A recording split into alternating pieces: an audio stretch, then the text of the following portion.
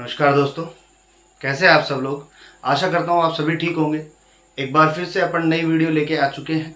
ठीक है, अभी तक अपनी जो प्रीवियस वीडियो थी वो जेनेटिक्स पे थी, उससे रिलेटेड कुछ वीडियो आगे डालेंगे।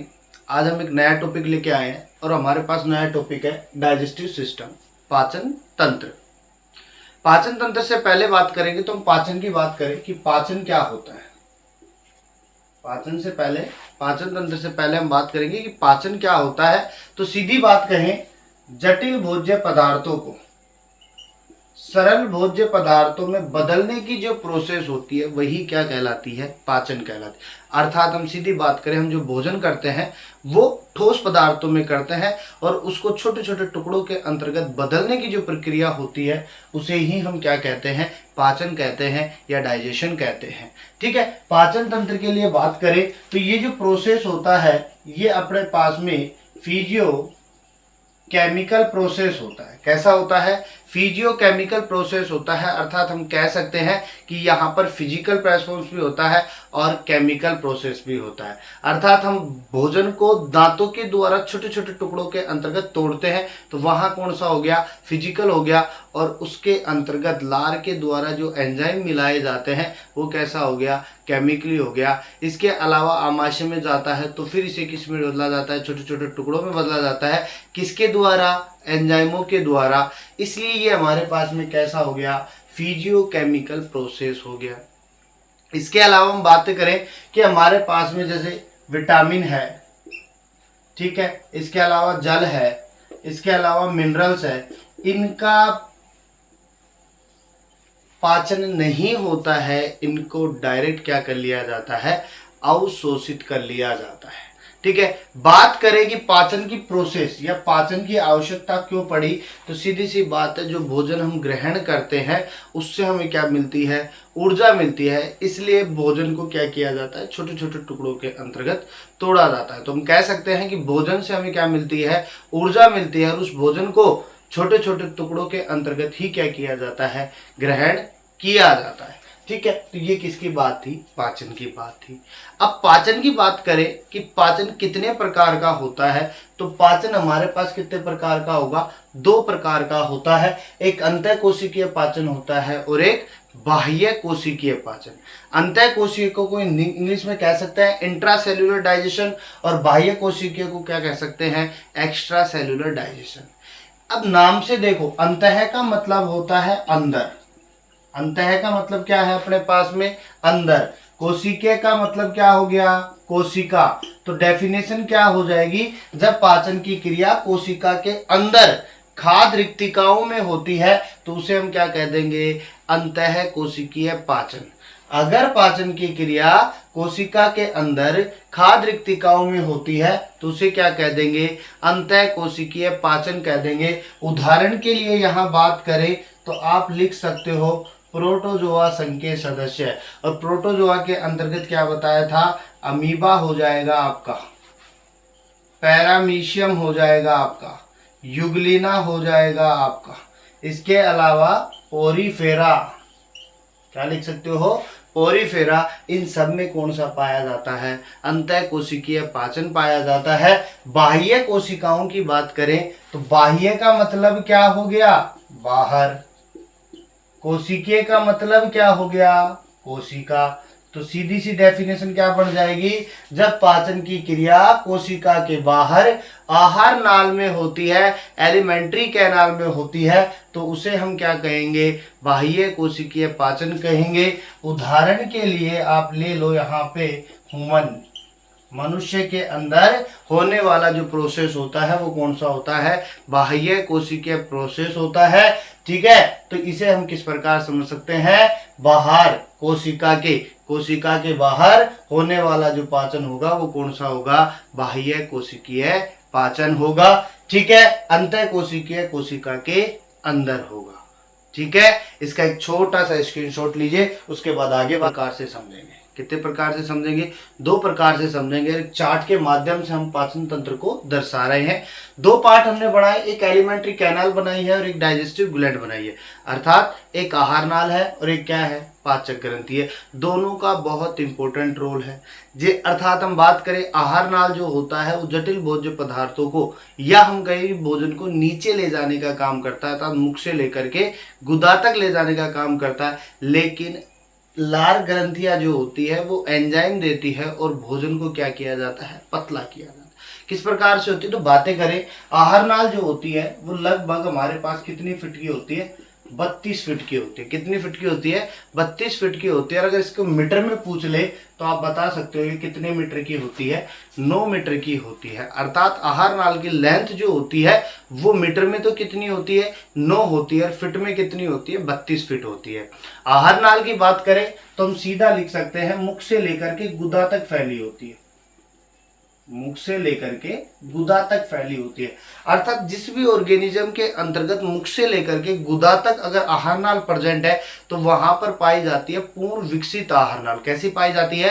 पूर्ण विकसित आहार नाल पाई जाती है। अगर किसी भी ऑर्गेनिज्म में अगर मुख से लेकर गुदा तक का कोई भी पार्ट अनुपस्थित है तो वहां कह सकते हैं कि अल्प विकसित आहार नाल पाई जाती है। क्या पाई जाती है? अल्प विकसित आहार नाल पाई जाती है।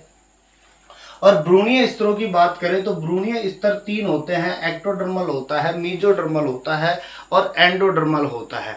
और उसी आधार पर हम आहार नाल को कितने भागों में बांटते हैं? 3 भागों में बांटते हैं, अर्थात एक होता है अग्रात्र, दूसरा होता है मध्यात्र और तीसरा होता है पश्चात्र।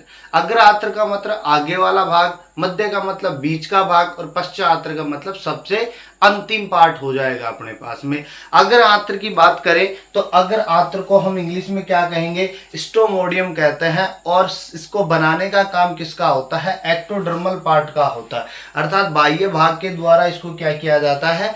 बनाया जाता है। ठीक है, यहां हम बात करें तो इस अग्रात्र में क्या आएगा? मुख गुहा आएगी। और मुख गुहा को हम इंग्लिश में लिखना चाहें तो हम इसे क्या लिख सकते हैं? बक्कल कैविटी लिख सकते हैं। क्या लिख सकते हैं? बक्कल कैविटी लिख सकते हैं। वहीं बात करें मध्य आत्र की तो इसको क्या कहते हैं? मीजोडियम कहते हैं। और नाम के आधार पर हम ये लिख सकते हैं कि इसको कौन बनाता है? एंडोडर्मल बनाता है। अग्र आत्र पश्चात्र को तो कौन बनाता है? एक्टोडर्मल बनाता है, जबकि मध्य आत्र को कौन बनाएगा? एंडोडर्मल बनाता है। इसमें क्या क्या आएगा? घर्षणी आएगी। तो घर्षणी को हम क्या कह सकते हैं? फेरिक्स कह सकते हैं। घर्षिका को क्या कह सकते हैं? ओइसोफेगस कह सकते हैं। क्या कह सकते हैं? ओइसोफेगस कह सकते हैं। इसे अपन ग्रास नाल के नाम से भी जानते हैं। इसको अपन आमाशय कहते हैं। आमाशय को क्या लिख सकते हैं? स्टमच लिख सकते हैं। स्मॉल इंटेस्टाइन छोटी आंत लिख सकते हैं। और बड़ी आंत को अपन क्या लिख सकते हैं? लार्ज इंटेस्टाइन लिख सकते हैं। ठीक है, फेरिक्स जो होगा वो हमारे पास में फेरिक्स और ग्रास नली या ग्रास नाल या ओइसोफेगस में किसी भी प्रकार का कोई पाचन नहीं होता है। ये केवल भोजन को आमाशय तक पहुंचाने का कार्य करते हैं। ठीक है, आगे हम पश्चात्र की बात करें तो पश्चात्र को हम क्या कहते हैं? प्रोक्टोडियम कह रहे हैं। इंग्लिश के अंदर क्या कह रहे हैं? प्रोक्टोडियम कह रहे हैं। बनाने का काम कौन कर रहा है? एक्टोडर्मल कर रहा है। कौन कर रहा है? एक्टोडर्मल कर रहा है। उदाहरण के लिए आप इसकी बात कर सकते हो, गुदा की बात कर सकते हो, जो अंतिम पार्ट होता है जो अपचित भोजन को बाहर निकालने का कार्य करता है। ठीक है, तो ये तो किसकी बात थी? एलिमेंट्री कैनाल की। डायग्राम बनाएंगे, उसके बाद में इनको विथ डिटेल समझेंगे कि क्या कौन सा पार्ट उपस्थित होता है। ठीक है, वहीं अगर पाचक ग्रंथियों की बात करें तो हमने 5 पाचक ग्रंथियां लिखी है यहाँ पे। एक लार ग्रंथि होती है जो मुख गुहा में प्रेजेंट होती है। कहाँ प्रेजेंट होती है? मुख गुहा में प्रेजेंट होती है, जिसे अपन सलाइवरी ग्लैंड बोलते हैं। क्या बोलते हैं? सलाइवरी ग्लैंड बोलते हैं। ठीक है, जो मुख के अंतर्गत एंजाइम देने का काम करती है। लगभग 3 प्रकार के एंजाइम लार ग्रंथि के द्वारा मुख गुहा को दिए जाते हैं। उसके बाद आती है जठर ग्रंथि, जिसे अपन क्या बोलते हैं? गैस्ट्रिक ग्लैंड बोलते हैं। क्या बोलते हैं? गैस्ट्रिक ग्लैंड बोलते हैं, जो हमारे पास कहाँ पाई जाती है? आमाशय में पाई जाती है। कहाँ पाई जाती है? आमाशय में पाई जाती है। वहीं बात करें तो एक होती है अपने पास यकृत ग्रंथि जिसे लीवर बोलते हैं, और पित्ताशय को अपन क्या बोलते हैं? गॉल ब्लैडर बोलते हैं। और शरीर की सबसे बड़ी ग्रंथि जो है वो कौन सी होती है? यकृत ग्रंथि होती है। कौन सी होती है? यकृत ग्रंथि होती है, जिसके द्वारा क्या दिया जाता है? एंजाइम दिया जाता है। कहाँ पाई जाती है? छोटी आंत के पास पाई जाती है, आमाशय के नीचे पाई जाती है। फिर क्या आ जाएगा आपके पास में? पैनक्रियाज आ जाएगा, जिसे अपन क्या लिखते हैं? अग्नाशय भी लिखते हैं। क्या लिखते हैं? अग्नाशय भी लिखते हैं। अगर आपसे क्वेश्चन पूछ लिया जाए मिक्स्ड ग्लैंड कौन सी है, तो वो कौन सी है? अग्नाशय है। कहाँ पाई जाती है? छोटी आंत के पास पाई जाती है और आमाशय के नीचे पाई जाती है। फिर क्या आ जाती है? आंतरिक ग्रंथि, जिसे अपन क्या लिखते हैं? इंटेस्टाइनल ग्लैंड लिखते हैं, जो कहाँ पाई जाती है? आंत्र में पाई जाती है। तो ये एक पाचन तंत्र का छोटा सा क्या है? चार्ट है। इसके साथ ही हम इसका डायग्राम बनाएंगे और फिर इसको विथ डिटेल समझेंगे किस प्रकार से कौन सा पार्ट कार्य करता है। तो इसका छोटा सा एक स्क्रीनशॉट लीजिए। तंत्र के बाद में एक बॉडी का छोटा सा पाचन तंत्र का डायग्राम बना हुआ है। यहाँ पर डाइजेस्टिव ग्लैंड भी बनी हुई है और पाचन तंत्र के पार्ट भी बने हुए हैं। और फर्स्टली पाचन तंत्र के पार्ट की बात करें तो पहला होता है अपने पास में मुख होता है। मुख से ही आहार नाल स्टार्ट होती है और कहाँ तक फैलती है? गुदा तक फैलती है। कहाँ तक फैलती है? गुदा तक फैलती है। तो ये मुख है। तो मुख की बात करें तो मुख होता क्या है? मुख होता क्या है?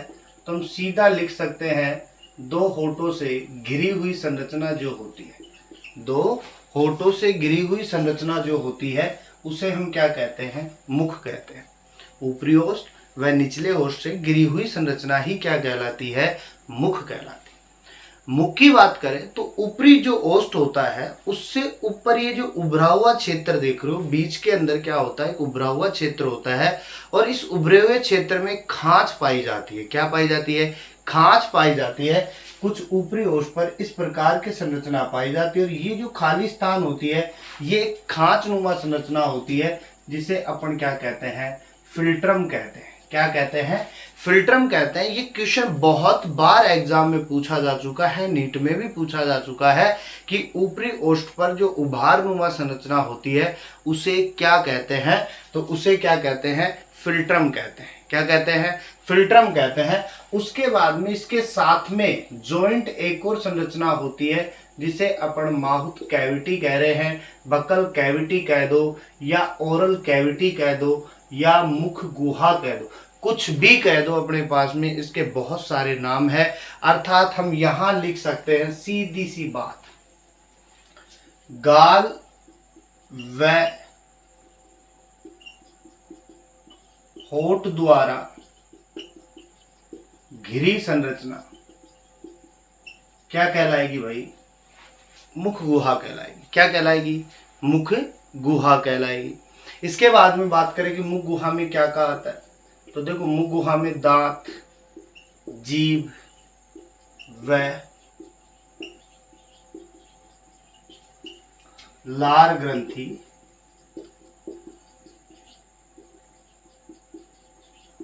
सम्मिलित होती है। क्या क्या होता है अपने पास में? दांत होगी, जीभ होगा, लार ग्रंथियां होंगी। तीनों का अपने आप में एक अलग काम होता है। देखो दांतों की बात करें तो भोजन को तोड़ने का काम करते हैं। ठीक है, दांत के लिए हम बेसिकली एक अलग से वीडियो बनाएंगे, उसमें दांत पे विद डिटेल बात करेंगे। ठीक है, तो सीधी बात है, दांत क्या काम करेगा? भोजन को तोड़ने का, काटने का, चबाने का, कुतरने का काम करता है। जीभ की बात करें, संवेदी अंगों के रूप में काम करता है। ठीक है, और जीभ जो होता है हमारे पास में स्वाद का ज्ञान करवाता है। किसका ज्ञान करवाता है? स्वाद का ज्ञान करवाता है। किसका ज्ञान करवाएगा? स्वाद का ज्ञान करवाता है। अर्थात स्वाद जो होते हैं खट्टा, मीठा, नमकीन, कड़वा, इन स्वादों का क्या करवाता है? ज्ञान करवाता है। अर्थात हम कह सकते हैं ये जो जीभ है अपने पास में यही स्वाद का ज्ञान करवाती है। अर्थात सब्जी में नमक है या नहीं है, सब्जी में मिर्च ज़्यादा है या नहीं है, ये सारी चीज़ों का ज्ञान किससे हो रहा है? जीभ से हो रहा है। और जीभ जो होती है वो चटोरी होती है। क्या होती है? चटोरी है, क्योंकि स्वाद का ज्ञान करवा रही है तो चटोरी है। अगर स्वाद ही नहीं आएगा तो सीधी सी बात है, खाएगा कौन? ठीक है, तो सबसे ज्यादा जीभ चटोरी जो है वो किसके कारण है? स्वाद के ज्ञान के कारण। और सबसे ज्यादा जीभ चटोरी किसकी होती है? लड़कियों की होती है। किसकी होती है?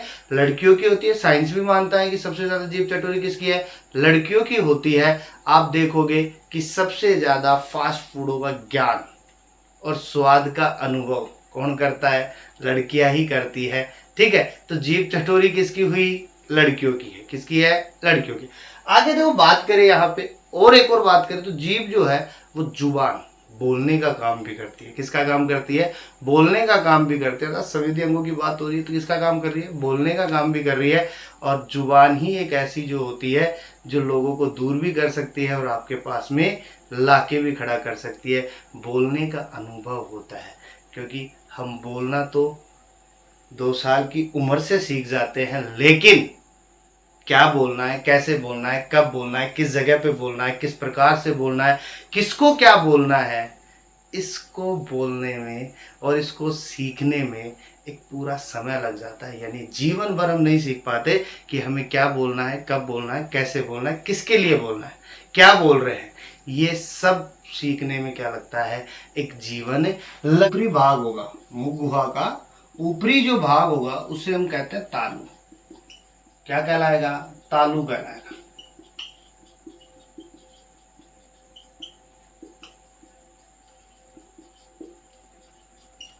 क्या होता है? तालु होता है। तो मुख और मुख गुहा की बात क्या हो गई? कंप्लीट हो गई अपने पास में। ठीक है, मुख की बात करें, 2 ओष्ठों से घिरा हुआ, बातें हो चुकी है अपने पास में। और ऊपरी जो भाग होगा उभारनुमा संरचना, उसे क्या कहेंगे? फिल्टर। और मुख किसके अंदर खुलता है? मुख गुहा में खुलता है। इसका एक छोटा सा स्क्रीनशॉट लीजिए, उसके बाद आगे बात करते हैं। के बाद में बात करते हैं लार ग्रंथि की। हमने बात की मुख गुहा के अंदर दांत पाए जाते हैं, जीभ पाई जाती है और लार ग्रंथियां पाई जाती है।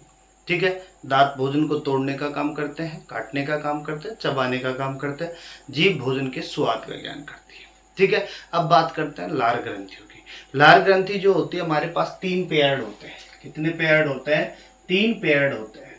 अर्थात हम कह सकते हैं लार ग्रंथियां जो होती है अपने पास में कितनी होती है? 6 होती है। कितनी होती है? 6 होती है। एक पैरोटिड होती है, एक सबलिंगुअल होती है और एक सब मैंडिबुलर होती है। कौन सी होती है? सब मैंडिबुलर होती है अपने पास में। अर्थात इनमें सबसे बड़ी जो होती है वो कौन सी होती है? पैरोटिड होती है। कौन सी होती है? पैरोटिड होती है। कहाँ पाई जाती है? मुख गुहा में पाई जाती है। तीनों की तीनों ग्रंथियां कहाँ पाई जाएंगी? मुख गुहा में पाई जाती है। क्या काम करती है? सलाइवा। क्या करती है? सलाइवा को बाहर निकालने का कार्य करती है। और बात करें लगभग पर डे कितना लीटर निकालती है? 1.5 लीटर सलाइवा को बाहर निकालती है। अर्थात अगर आप चाहो कि सलाइवा को एक साथ बाहर निकाल ले तो पॉसिबल नहीं है।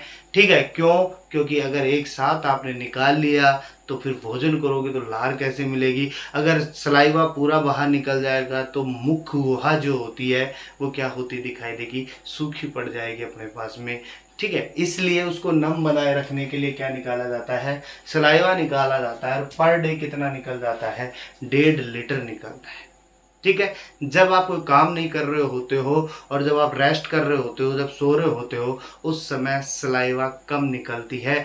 जबकि जब आप काम कर रहे होते हो या खाना खा रहे होते हो उस समय सलाइवा क्या निकलती है? ज़्यादा निकलती है। और इस लार ग्रंथि में 4 प्रकार के एंजाइम पाए जाते हैं। क्या पाए जाते हैं? एंजाइम पाए जाते हैं। एक होता है लाइसोजाइम होता है। ये जो लाइसोजाइम होता है वो जीवाणुनाशी होता है। अर्थात जीवाणुनाशी का सीधा सा हम कह सकते हैं जीवाणुओं को नष्ट करने वाला।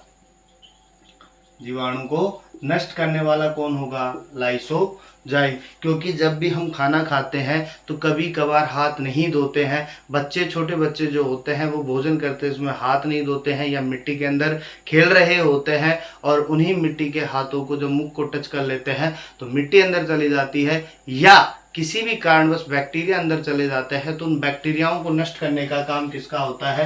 लाइसोजाइम का होता है। किसका होता है? लाइसोजाइम का होता है। दूसरी बात करें, टाइलिन होता है और एक क्या होता है? डायस्टेज होता है।